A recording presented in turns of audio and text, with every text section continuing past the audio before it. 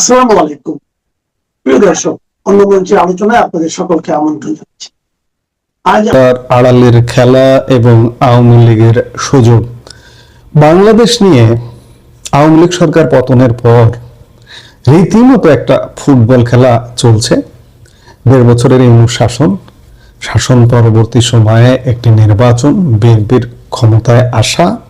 এই মুহূর্তে দেশে যে সংকট, এই সংকট থেকে উত্তরণের উপায় বিএনপির কাছে থাকতে পারে আওয়ামী লীগকে সাথে নিয়ে, এছাড়া কোনো উপায় নেই। কারণ পর্দার আড়ালে এমন খেলা খেলছে, বিশেষ করে জামায়াতে ইসলামী পুরোপুরি একটি বাংলাদেশ বিরুদ্ধ দল, বাংলাদেশ বিরোধী দল, বাংলাদেশের স্বাধীনতা মুক্তিযুদ্ধের বিরোধী দল। যদিও মুক্তিযুদ্ধপন্থী মানুষদের মন খারাপ হয় যে বিএনপি জামাতের সাথেই তাল মিলিয়ে, একসময় জামাত বিএনপির শরিক ছিল, বিএনপি জামাতকে বাংলাদেশের রাজনীতির সুযোগ দিয়েছে, বাংলাদেশের ক্ষমতার স্বাদ পাইয়ে দিয়েছে, জামাত নেতাদের গাড়িতে ফ্ল্যাগ উঠিয়ে দিয়েছে। এজন্য বাংলাদেশের স্বাধীনতাপন্থী মুক্তিযুদ্ধপন্থী মানুষের মন খারাপ হওয়াটা অমূলক নয়। কিন্তু শেষ বিচারে বাংলাদেশকে যদি বাঁচাতে হয় বিএনপির, যেহেতু বিএনপি এখন ক্ষমতায়, আওয়ামী লীগকে সাথে নিয়ে বাঁচাতে হবে, এছাড়া কোনো উপায় নেই। কি ধরনের খেলা চলছে আমরা সেগুলো একটু এই মুহূর্তে বিশ্লেষণ করতে চাই।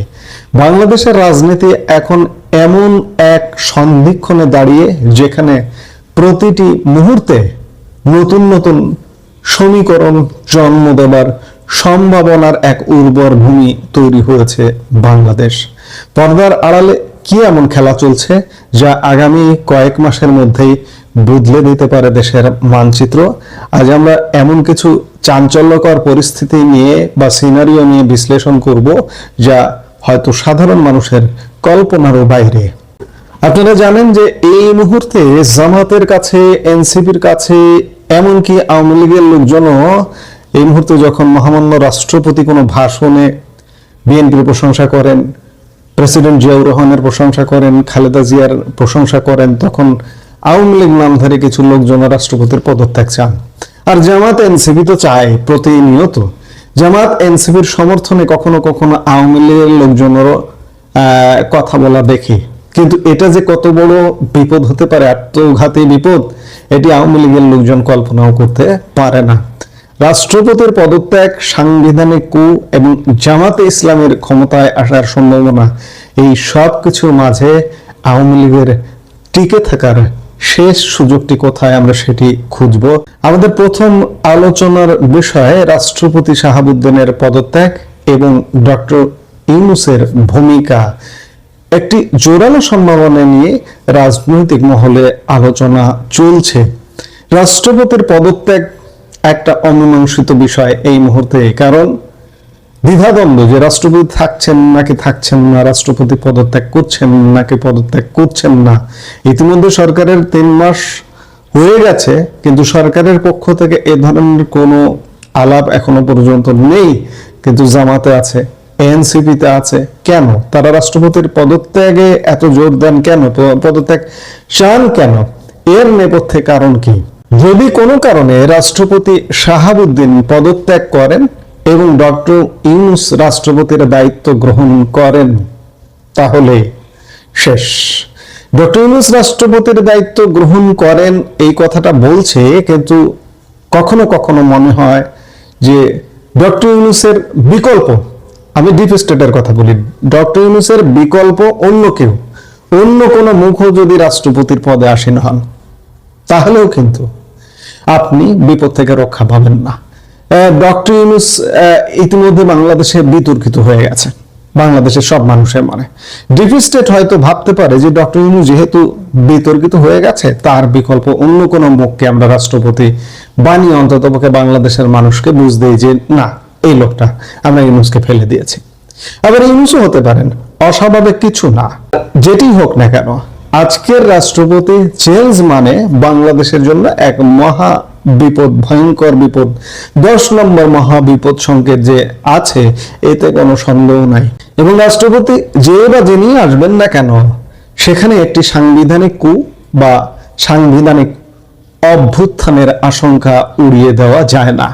এই পরিকল্পনার মূল উদ্দেশ্য হতে পারে জামাতে ইসলামীকে রাষ্ট্র ক্ষমতায় বসানো। আপনারা নিশ্চয়ই পাকিস্তানের রাজনীতির কথা মনে করতে পারেন। কয়েক বছর আগে যেভাবে ইমরান খানকে ক্ষমতা থেকে সরানো হয়েছিল, অনেকটা সেই আদলে বাংলাদেশে একটি প্রক্রিয়ার মাধ্যমে ক্ষমতার রদ বদল ঘটানো হতে পারে। তার মানে প্রধানমন্ত্রী তারেক রহমানকে সরিয়ে এমন হতে পারে রাজনৈতিক দলকেই অন্তর্বর্তী এই সংসদ বজায় রেখে, যেভাবে আপনাদের মনে আছে শাহবাজ শরীফ, ইমরান খান যাওয়ার পরেই কিন্তু শাহবাজ শরীফকে ক্ষমতায় বসানো হয়েছিল। ডক্টর ইউনূসের বিকল্প মুখের মাধ্যমে জামাতকে সামনে আনার এই কৌশলটি হতে পারে অত্যন্ত সূক্ষ্ম এবং আইনি মারপ্যাচের আবরণে ঢাকা একটি মাস্টার প্ল্যান। এখন প্রশ্ন আসছে, যদি রাষ্ট্রপতি শাহাবুদ্দিন পদত্যাগ করেন এবং বিএনপি তাদের পক্ষ থেকে ডক্টর মঈন খান অথবা মির্জা ফখরুল ইসলাম আলমগীরকে রাষ্ট্রপতি হিসেবে মনোনীত করে, তবে পরিস্থিতি কোন দিকে যাবে? ধরে নিলাম যে ইউনূস রাষ্ট্রপতি হলেন না, কিংবা ইউনূসের বিকল্প সুশীল কেউ রাষ্ট্রপতি হলেন না, দলীয় কেউ রাষ্ট্রপতি হলেন, মঈন খান কিংবা মির্জা ফখরুল ইসলাম আলমগীর, তাহলে কি ঘটতে পারে? রাজনৈতিক বিশ্লেষকদের একটি অংশ মনে করছেন এই পরিস্থিতিতেও একটি শক্তিশালী সম্ভাবনা রয়েছে যে বিএনপি মনোনীত সেই রাষ্ট্রপতি শেষ পর্যন্ত জামাতের সাথে হাত মেলাতে পারেন। এখানেও লক্ষ্য সেই একই, একটি সাংবিধানিক অভ্যুত্থান ঘটানো কিংবা সংবিধান রদ করার ঘটনাও ঘটতে পারে। বিএনপির শীর্ষ নেতৃত্বের সাথে জামাতের দীর্ঘদিনের সম্পর্ক এবং বর্তমান রাজনৈতিক মেরুকরণে টিকে থাকার তাগিদে তারা একে অপরের পরিপূরক হয়ে উঠতে পারে। ফলে রাষ্ট্রপতির চেয়ার ব্যবহার করে জামাতপন্থী একটি শাসন ব্যবস্থা কায়েম হওয়ার পথ প্রশস্ত হতে পারে, যা প্রকারান্তরে দেশের বর্তমান গণতান্ত্রিক কাঠামোকে হুমকির মুখে ফেলবে। আমি এর আগে অনেক ভিডিওতে বলেছি, আবারও বলছি, জামাতের যে লক্ষ্য, জামাতের সেই চূড়ান্ত লক্ষ্য কিন্তু পূরণ হয়নি। আওয়ামী লীগের পতন ঘটিয়ে তাদের সরকার, ডক্টর ইউনূসের মাধ্যমে তাদেরই সরকার ছিল এবং নির্বাচনের মাধ্যমেও তাদের একটা সরকার করার প্ল্যান পরিকল্পনা যেটি হোক দেশি বিদেশি শক্তির ছিল, কিন্তু যে কোনো ভাবে আঞ্চলিক রাজনীতি, ভূ রাজনীতির কারণে সেটি ভেস্তে গেছে। কিন্তু জামাত কি তাদের লক্ষ্য থেকে বিচ্যুত হয়েছে? কোনোভাবেই বিচ্যুত হয়নি। তারা যে কোনো ভাবে একটা সিচুয়েশন ক্রিয়েট করতে চায় এবং সেটি এখন পর্যন্ত জারি আছে। শেষ খেলাটা হতে পারে রাষ্ট্রপতিকে দিয়ে বা অন্য কোনো বিশৃঙ্খল পরিস্থিতি সৃষ্টি করে একটি বিপ্লবী সরকার গঠনের মাধ্যমে। আমাদের আলোচনার সবচেয়ে স্পর্শকাতর এবং বিস্ফোরক অংশটি হলো সেনাবাহিনীর ভূমিকা। বর্তমান প্রেক্ষাপটে একটি জামাত অনুপ্রাণিত কূ বা সামরিক অভ্যুত্থানের আশঙ্কাও উড়িয়ে দেওয়া যাচ্ছে না। কেন এই আশঙ্কা? কারণ দাবি করা হচ্ছে যে বর্তমান সেনাবাহিনীর 90%-এরও বেশি কর্মরত এবং অবসরপ্রাপ্ত কর্মকর্তা জামাতে ইসলামীকে সমর্থন করছেন। তবে সেনাবাহিনীতে মুক্তিযুদ্ধপন্থী, বাংলাদেশপন্থী একটা বিশাল অংশ আছে, কিন্তু সত্যিকার অর্থে জামাতপন্থী যে পার্সেন্টেজে থাকুক না কেন, তাদের কাছে এক প্রকার এই মুহূর্তে মুক্তিযুদ্ধপন্থী, বাংলাদেশপন্থী কর্মকর্তারা কোণঠাসা হয়ে আছেন। যার কারণে এই জামাতি প্ররোচনায় বা জামাতি অনুপ্রেরণায় একটা সেনা অভ্যুত্থান যে কোনো সময় হয়ে গেলে সেটাও অবাক হবার কিছু থাকবে না। এই যে আমরা যে পরিসংখ্যানের কথা বলছি, 90% সেনাবাহিনীর কর্মরত অবসরপ্রাপ্ত জামাতি, যদি এই পরিসংখ্যান সঠিক হয়, তবে রাষ্ট্রপতির পদত্যাগ বা রাজনৈতিক অস্থিরতার সুযোগ নিয়ে সেনাবাহিনী সরাসরি বা পরোক্ষভাবে জামাতকে ক্ষমতায় বসাতে ভূমিকা রাখতে পারে। এটি হবে বাংলাদেশের ইতিহাসে সবচেয়ে বড় রাজনৈতিক পট পরিবর্তন, যেখানে ব্যালট নয় বরং বুলেটের শক্তির প্রচ্ছন্ন ইশারা থাকবে। আমরা এতক্ষণ যে পরিস্থিতির আলাপ করলাম তার সব ক্ষেত্রে একটি বিষয় কমন: জামাতের ক্ষমতায় আসার জন্য রাষ্ট্রপতির সমর্থন বা স্বাক্ষর প্রয়োজন। আর ঠিক এই জায়গাতেই লুকিয়ে আছে আওয়ামী লীগের রাজনৈতিকভাবে ঘুরে দাঁড়ানোর এক অভাবনীয় সুযোগ। আওয়ামী লীগের জন্য সুযোগটি হলো বিএনপির সাথে একটি কৌশলগত সমঝোতা করা। আওয়ামী লীগ হাইকমান্ড বিএনপিকে এই বিষয়টি বোঝাতে সক্ষম হতে পারে যে যদি রাষ্ট্রপতি শাহাবুদ্দিন আওয়ামী লীগের নির্দেশে পদত্যাগ করেন তবে তার পরবর্তী পরিস্থিতিতে বিএনপিও ক্ষমতা হারানোর ঝুঁকিতে পড়বে। অর্থাৎ রাষ্ট্রপতি শাহাবুদ্দিনের বিদায় মানেই জামাতের উত্থান, যা বিএনপির অস্তিত্বের জন্য এক সংকট তৈরি করতে পারে। তাই বিএনপির জন্য যে কৌশলটি হতে পারে, বা বিএনপি এখনো পর্যন্ত রাষ্ট্রপতি পরিবর্তনের কোনো আলাপ শুরু করেনি, আলাপ করছে না, কিন্তু এই কৌশলটাতে স্থির থাকা যে এই কৌশলটি এমনই হতে পারে যে রাষ্ট্রপতি শাহাবুদ্দিনকে স্বপদে বহাল রাখার জন্য বিএনপিকে অনুরোধ করা যেতে পারে আওয়ামী লীগের পক্ষ থেকে। আমি বলছি যে আওয়ামী লীগ বিএনপিকে অনুরোধ করবে, আওয়ামী লীগই করবে এমনটা নয়, কিন্তু এটা কূটনৈতিক ভাবে হতে পারে। যেমন ভারতের সাথে বিএনপির এই মুহূর্তে যোগাযোগ আছে, যদিও তার জোড়া লাগতে লাগতে তার কখনো কখনো কেটে যাচ্ছে, আমরা সেই বিষয়গুলো নিয়েও কথা বলবো, কিন্তু কিছু না হলেও ভারতের সাথে বিএনপির কিন্তু যোগাযোগ আছে। নিজেরা বলতে পারুক বা কূটনৈতিক ভাবে বলুক বা যে কোনো মাধ্যম দিয়ে বলুক যে রাষ্ট্রপতিকে স্বপদে বহাল রাখাটা হচ্ছে বিএনপির কল্যাণ বয়ে আনবে, অকল্যাণ নয়। এর বিনিময়ে আওয়ামী লীগের উপর থেকে যাবতীয় নিষেধাজ্ঞা তুলে নেওয়ার শর্ত দেওয়া যেতে পারে। শর্ত ইতিমধ্যে আছে, বিদেশি শর্ত আছে। আমার প্রতিবেশী দেশের শর্ত যদি বলি যে নির্বাচন করা, তারেক রহমানের দেশে ফেরা এবং আওয়ামী লীগের নিষেধাজ্ঞা তুলে নেওয়া, শুধুমাত্র উগ্রবাদী শক্তির কারণে বিএনপি এখনো পারছে না, অথবা এমন আলাপও আছে যে বিএনপি ভারতের সাথে যে শর্তে ক্ষমতায় এসছে সেই জায়গায় বিট্রে করছে। আমরা সেগুলো নিয়ে বিস্তারিত আলাপ করব, কিন্তু বিট্রে করলে তো দেশ শেষ, দেশ জাহান্নামে গেল, বিএনপিও জাহান্নামে যাবে, দেশও জাহান্নামে যাবে। কিন্তু এখন উচিত বিএনপির একটু ঠান্ডা মাথায় চিন্তা করা। বিএনপির যেমন ঠান্ডা মাথায় চিন্তা করা উচিত, ঠিক তেমনি আওয়ামী লীগের বা আওয়ামী লীগের পক্ষ থেকে বিএনপিকে বোঝানো যে জামাতের কু ঠেকাতে হলে রাষ্ট্রপতির পদে শাহাবুদ্দিনের থাকা জরুরি, আর তার বিনিময়ে আওয়ামী লীগকে রাজনীতিতে স্বাভাবিক হওয়ার সুযোগ দিতে হবে। সুপ্রিয় দর্শক, রাজনীতির এই দাবা খেলায় কে শেষ পর্যন্ত কিস্তিমাত করবে তা সময় বলে দেবে। তবে রাষ্ট্রপতির পদকে কেন্দ্র করে জামাত, বিএনপি, সেনাবাহিনী এবং আওয়ামী লীগের এই চতুর্মুখী লড়াই বাংলাদেশকে কোন দিকে নিয়ে যায় সেটি এখন দেখার বিষয়। আমরা নিশ্চয়ই দেখব বাংলাদেশের নাগরিক হিসেবে, পর্যবেক্ষক হিসেবে বাংলাদেশের রাজনীতির যে এই অন্ধকার অমানিসা, এই অমানিসা কিভাবে কাটে আমাদের দেখতে হবে, এছাড়া উপায় নেই। এই অমানিসা একমাত্র বাংলাদেশের রাজনৈতিক দলগুলোই কাটাতে পারে, দুটি দল বিশেষ করে, বিএনপি এবং আওয়ামী লীগ। এছাড়া বিএনপি কিন্তু মহা বিপদে আছে। ইতিমধ্যে বিএনপির তলা ফাঁকা করে দেওয়া হয়েছে। এই যে লক্ষ্যগুলা, এই লক্ষ্যগুলা বাস্তবায়ন করার জন্য বিএনপির তলা ফাঁকা করে দেওয়া হয়েছে, যার কারণে বিএনপি কিন্তু যে কোনো মুহূর্তে ধসে পড়তে পারে। ভিত্তি যদি দুর্বল হয়ে যায় তাহলে ধসে পড়া কিন্তু কেউ ঠেকাতে পারে না। বিএনপি সরকারের কথা যদি বলি, এই মুহূর্তে সরকারের ভিত্তি কিন্তু মারাত্মক দুর্বল, কারণ বিএনপির রাজনীতিবিদদের কিন্তু ইতিমধ্যে সাইড লাইনে পাঠানো হয়েছে। আমি আগেও অনেক ভিডিওতে বলেছি, আবারও বলছি, বিএনপি আমলা নির্ভর, সেনাবাহিনী নির্ভর, প্রশাসন নির্ভর সরকার হিসেবে এই মুহূর্তে দায়িত্ব পালন করছে। এগুলো থেকে বাঁচতে হলে রাষ্ট্রপতিকে কন্টিনিউ করতে দেওয়া, আওয়ামী লীগকে ফেরানো এবং যারা এই ষড়যন্ত্রগুলো করছে তাদেরকে দমন করাই বিএনপির এই মুহূর্তে বাঁচার একমাত্র উপায়। এখন দেখার বিষয়, বিএনপি এসব করে নাকি বাংলাদেশ ধ্বংস হয়ে যাবে, বিএনপি ধ্বংস হয়ে যাবে, আওয়ামী লীগ ধ্বংস হয়ে যাবে, নাকি সবকিছু ধ্বংস হয়ে যাবে। আমরা একটা ধ্বংস স্তূপের ওপরে দাঁড়িয়ে থাকবো কিনা সেটা দেখতে হলে আমাদের নিশ্চয়ই অপেক্ষা করতে হবে। বাংলাদেশের সঙ্গে ভারতের যে সম্পর্ক, এই সরকারের আমলে আবার নতুন করে টানাপোড়েন শুরু হয়েছে। আপনারা সবাই জানেন, ডক্টর মোহাম্মদ ইউনূসের জামানাতে ভারত এবং বাংলাদেশের সম্পর্কটি রীতিমতো দাকুমড়ার পর্যায়ে পৌঁছে গিয়েছিল।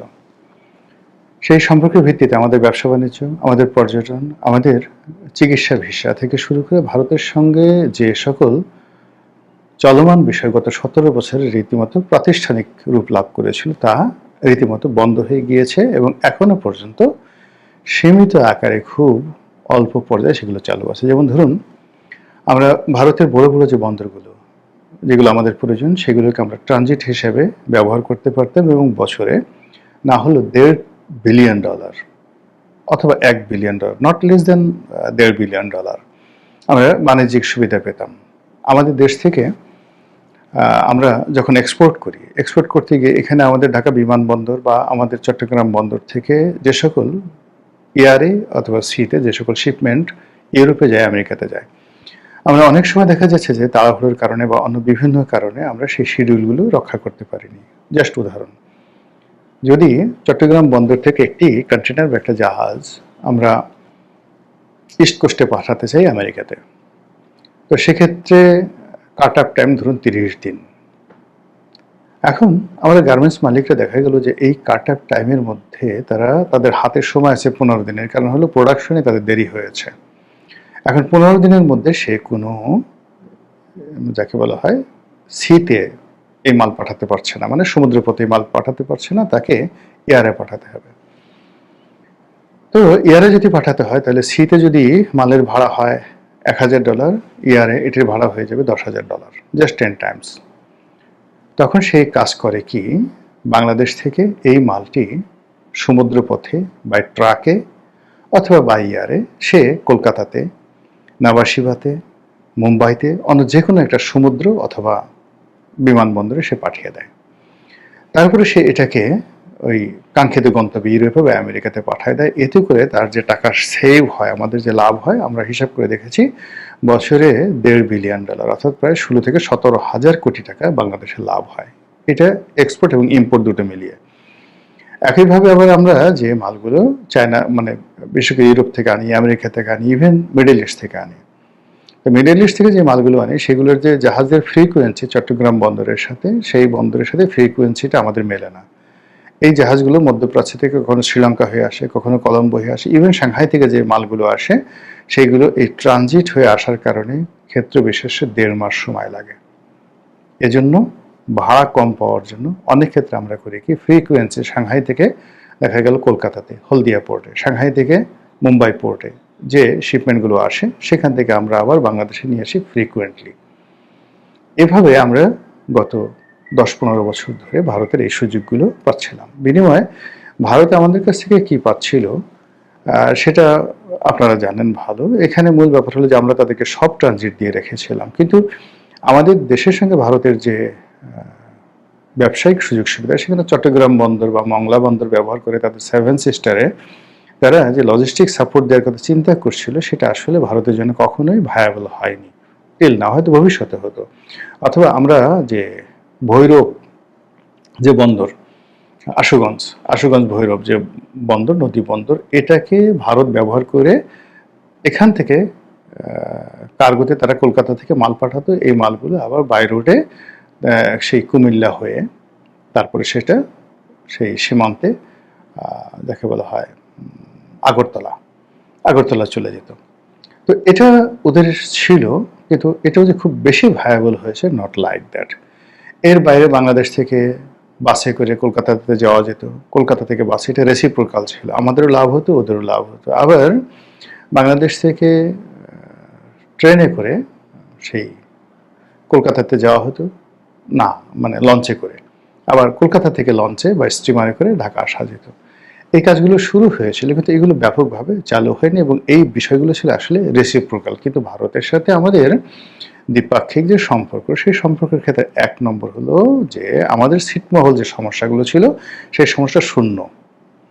এটা পৃথিবীর ইতিহাসে এক অনন্য ঘটনা। শেখ হাসিনাকে আপনি যত গালাগাল করেন না কেন, এই একটা বিষয়ের জন্য তাকে পুরস্কৃত করতে হবে, ধন্যবাদ দিতে হবে, যে বাংলাদেশের সাথে ভারতের যে ছিটমহল সমস্যা, এরকম সমস্যা সারা দুনিয়াতে লক্ষ লক্ষ সমস্যা রয়েছে, যেটি 100 বছরেও রিজলভ হয়নি, 50 বছরও হয়নি। কিন্তু বাংলাদেশের ছিটমহল সমস্যা যেভাবে শেখ হাসিনার জামানাতে নিষ্পত্তি হয়েছে, এটি বিরল। 1। 2 নম্বর হলো যে ভারতের সঙ্গে আমাদের যে সীমান্তে বেরুবাড়ি, আঙ্গরপোতা, দহগ্রাম, এটা নিয়ে যে সমস্যা ছিল, সেখানে যে আমরা নতুন রিশিডিউল অ্যাটলিস্ট 8 থেকে 10,000 বর্গ কিলোমিটার এলাকা, 10,000 বর্গ কিলোমিটার এলাকা আমরা পেয়েছি।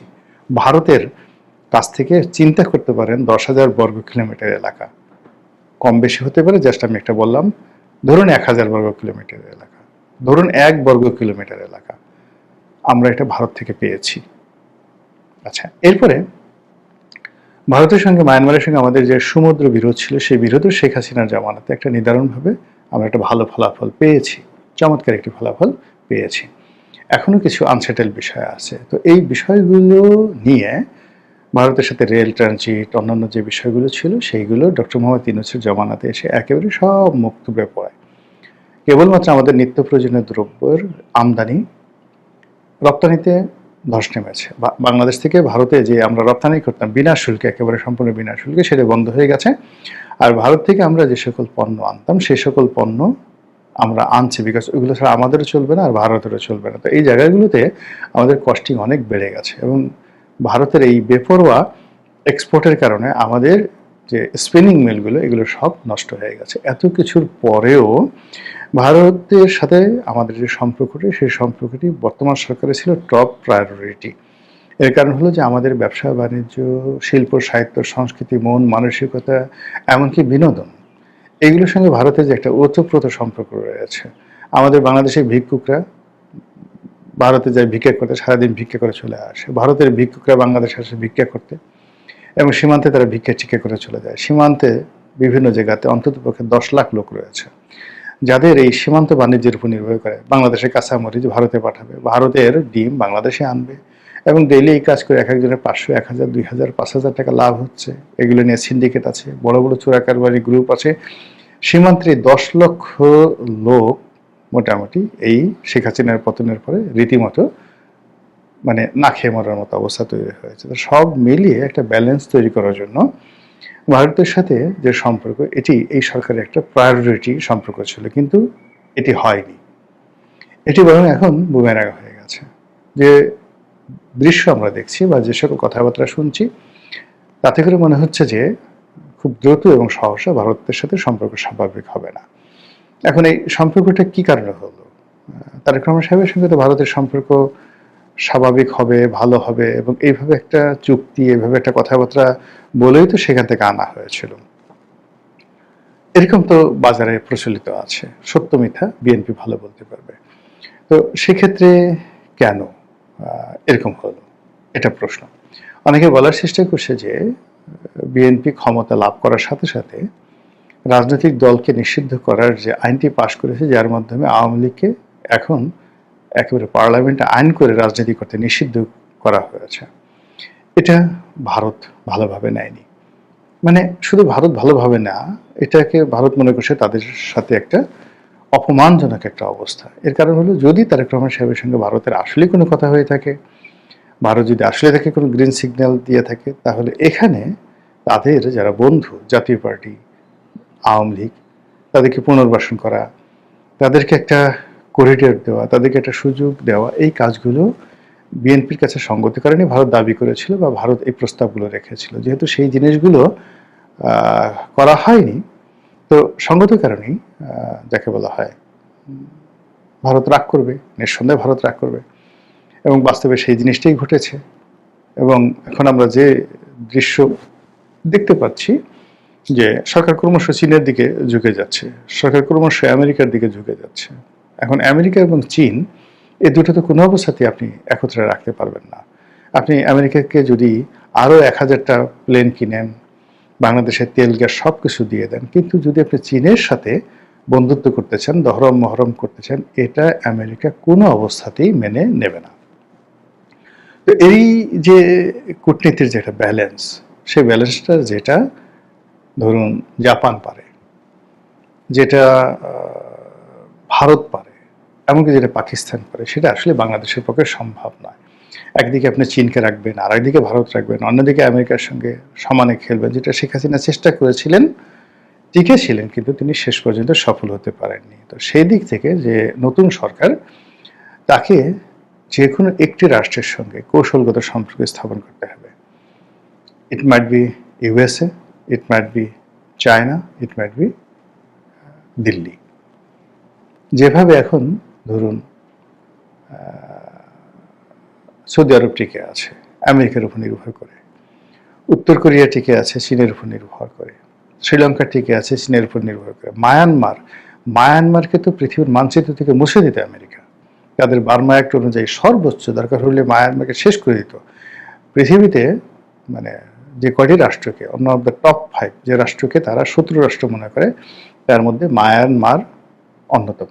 5টি শত্রু রাষ্ট্রের মধ্যে আমেরিকার। তো সেখানে মায়ানমারে তারা কিছু করতে পারছে না শুধুমাত্র চীনের কারণে। এবং এই যে বাংলাদেশের যে রোহিঙ্গা সমস্যা, এখানে জাতিসংঘের মাধ্যমে যে খেলাধুলা হচ্ছে, এখানে যে ডিপ স্টেট পলিসি হচ্ছে, এখানে যে আমাদের শান্তি দাদু শান্তি দাদি তারা যে ক্ষমতায় আসছেন, এটার পেছনে মূলত এই যে বার্মা অ্যাক্টের মাস্টার প্ল্যান এবং মায়ানমারকে অস্থির করার একটা মাস্টার প্ল্যান রয়েছে। তো সেই জায়গাতেও মায়ানমার টিকে আছে চীনের উপর ভরসা করে। এবং চীন এতটা শক্তিশালী, তারা মায়ানমারে এই মুহূর্তে অন্তত 10টা গ্রুপ রয়েছে পরস্পরের সাথে যুদ্ধ করছে।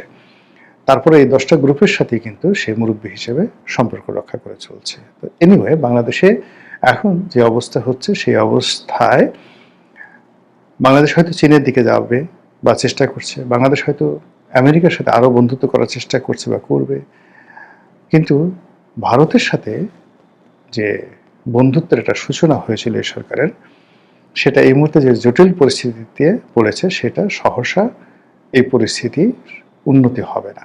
1 2 নম্বর হলো যে সরকার এখন অনেকটা মাইন্ডকেট সিপাই পড়ে গেছে। সে ইচ্ছা করলেও ভারতকে ছাড় দিতে পারবে না। ভারতকে ছাড় দিতে হলে আওয়ামী লীগকে ছাড় দিতে হবে। আওয়ামী লীগকে যে ছাড় দিবে, সেই ছাড় দিতে হলে বাংলাদেশে জামাত থেকে শুরু করে অন্যান্য দলগুলোর সাথে তাদের যে সম্পর্কটা, এটা থাকবে না। রাজপথে বিরোধী দলগুলো চিল্লাফাল্লা করবে, সরকারের মধ্যে অস্থিতিশীলতা দেখা দেবে। আওয়ামী লীগের যারা লোকজন আছে, আবার তারাও বাংলাদেশে এসে তারেক রহমান সাহেবের বিরুদ্ধে কিছু করবেন না বা চুপচাপ বসে থাকবেন। Things not like that. ফলে কেমন একটা জটিল হয়ে গেছে না পুরো পরিস্থিতি। মহান আল্লাহ আমাদের সবাইকে হেদায়েত দান করুন এবং হেফাজত করুন। আসসালামু আলাইকুম ওয়া রাহমাতুল্লাহি ওয়া বারাকাতুহু।